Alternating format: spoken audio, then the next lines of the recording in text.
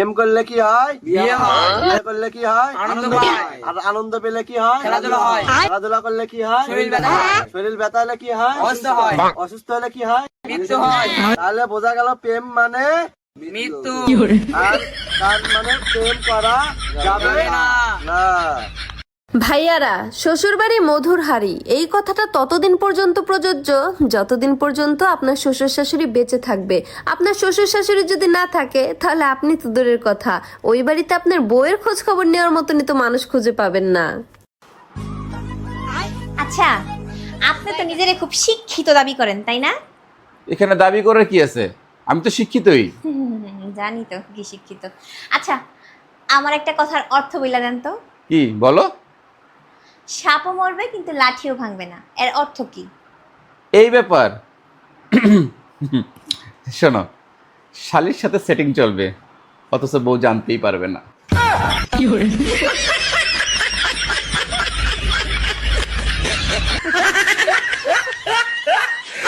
কাপড় নষ্ট হবে দেখে দূর থেকে হেঁটে যাচ্ছিলাম, অথচ কাদা ভাবলো যে আমি তাকে ভয় পাচ্ছি। ঠিক তেমনি আমাদের সমাজে কিছু মানুষ আছে যাদেরকে আমরা কোনো না কোনো কারণে এড়িয়ে চলি, অথচ তারা ওই কাদার মতন ভাবে যে আমরা তাদের ভয় পাই।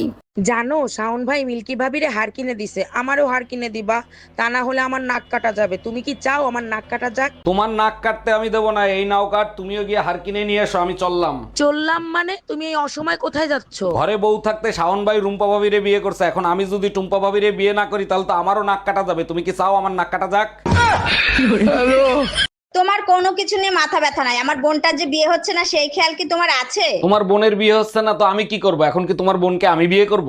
বাজে কথা বইলো না, তোমার ভাই বাহারকে বলো আমার বোনের সাথে প্রেম করতে। বাহ, চমৎকার প্ল্যান করছো। এখন আমার ভাইয়ের গলায় তোমার বোনকে ঝুলাইতে চাও? আরে না, বাহার যার সাথে প্রেম করতে যায় তার বিয়ে হয়ে যায়।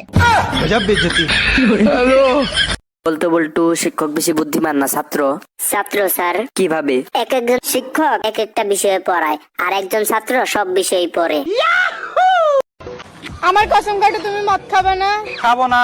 আমি ছাড়া কোনো মেয়ের দিকে তাকাবো না? তাকাবো না। জুয়া খেলবে না? খেলবো না।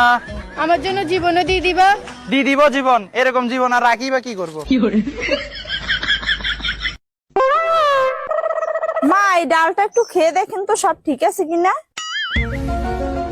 বৌমা, লবণটা একটু কম হয়েছে, হলুদটা একটু বেশি হয়েছে, আর মরিচটা ঠিকঠাক হয়নি। আমার মতো রান্না শিখতে তোমার এখনো অনেক দেরি। আসলে কি মা জানেন, এইটা তো আপনারই রান্না করা ডাল, গতকালকে যে রান্না করছিলেন ওইটা ফ্রিজে উঠাই রাখছিলাম।